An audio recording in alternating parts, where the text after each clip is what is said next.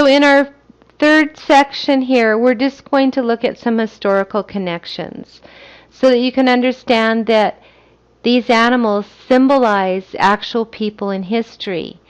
And I'm not going to test you on this, but it's just for your own reference. And then maybe next year when you get into world history and you're actually studying about these events, you can kind of relate it back to the story of Animal Farm. So, history and literature merge. Critics have often considered Animal Farm to be an allegory of the Russian Revolution.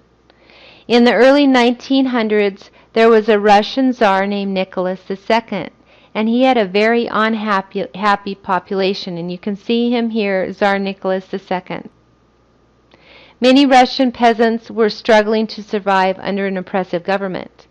And by 1917, a revolution began. And two major battles, the Tsar government was overthrown and replaced by the leadership of Vladimir Lenin. Lenin died in 1924, and his former colleague, Leon Trotsky, and Joseph Stalin struggled for power. Stalin won the battle, and he deported Trotsky into permanent exile. So here you have pictures of all four of these men. Once in power, Joseph Stalin urgently tried to move the Soviet Union into a modern industrial age. His government seized land in order to create collective farms and modernize Soviet industry. Many of the peasants or the poor people, they refused to give up their land. So to counter resistance, Stalin used vicious military tactics. There was rigged trials led to executions of an estimated 20 million government officials and ordinary citizens. The government controlled the flow and the content of information to the people and all but outlawed churches. So this is under Joseph Stalin. So in our story, critics believe that Napoleon, our boar, is representing Joseph Stalin. Within the story Animal Farm, Napoleon is the boar who leads the rebellion against Farmer Jones. And after the rebellion's success, he systematically begins to control every aspect of the farm until he is the undisputed tyrant.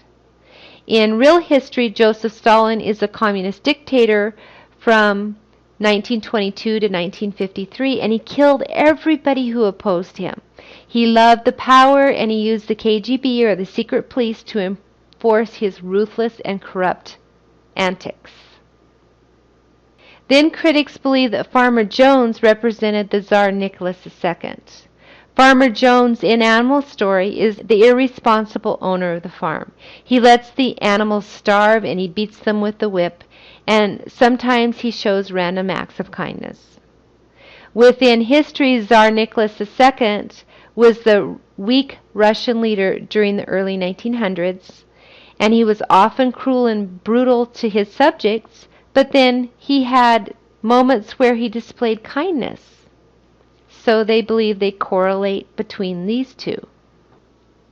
Then we have Snowball, who critics believe in real life is Leon Trotsky. Snowball in our story is a boar who becomes a significant leader, and he's invaluable after the rebellion. He designs these complicated plans for a windmill.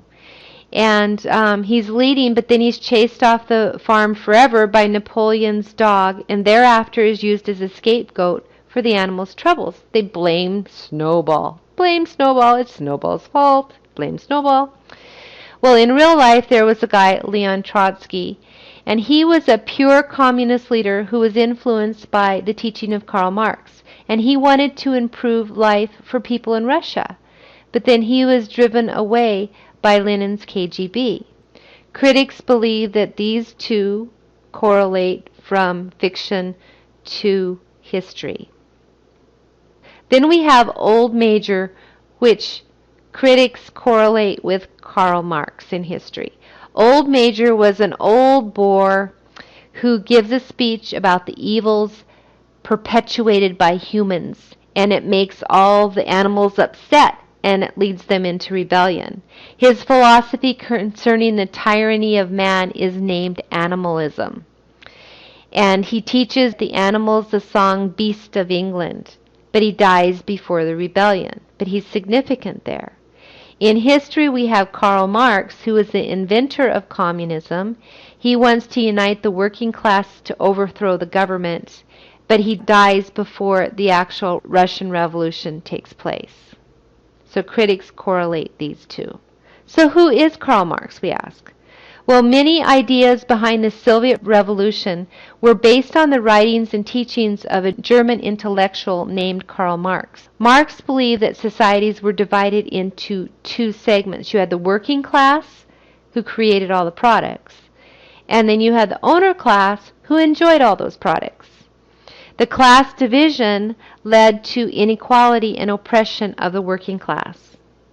So Marx's objective was to create a classless society in which the work was shared by all for the benefit of all. And he believed that revolution was the way to achieve the goal. And so these are the ideas behind the Soviet Revolution. Then we have Squealer and Boxer, two different animals in the story. Squealer is a pig, of course. Boxer is a horse. They represent different portions of society within Russia at the time. So Squealer, he's a big-mouthed pig who is Napoleon's mouthpiece. Remember, Napoleon is the head hog.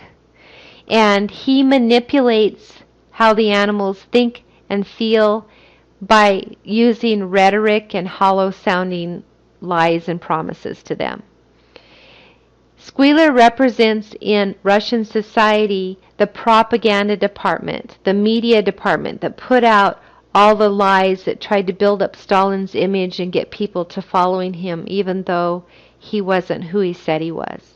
Boxer is our dim-witted but dedicated horse. He works really hard. He helped build the windmill, but then the pigs sold him to the glue factory because he dropped of exhaustion. And in the Russian society, they kind of represent the dedicated communist supporters of Stalin who stayed loyal even after it was obvious that Stalin was a tyrant. So these two animals represent segments of the population at large. Then we have Jessie and Moses. Jessie is the farm sheepdog. She keeps track of the pigs and is among the first to suspect that something's wrong at Animal Farm. And Moses is our tame raven and sometimes pet of Jones, who tells the animals stories about a paradise called Sugar Candy Mountain. Moses represents religion. Stalin used religious principles to influence people to work and to avoid revolt. The concept of animalism equals the idea or philosophy of communism. Within our story, animalism was taught by Old Major. He believed in no rich, but also no poor. There was a better life for the workers. All animals were equal, and everybody owns the farm. In the philosophy of communism, invented by Karl Marx, all people were equal. The government owns everything, and people own the government. So our Animal Farm revolution in our story is equal to the Russian Revolution. In our story, the Animal Farm revolution was supposed to make life better. But in reality, it's worse at the end, and the leaders, the animal leaders, become the same or worse than the human farmers that they rebelled against.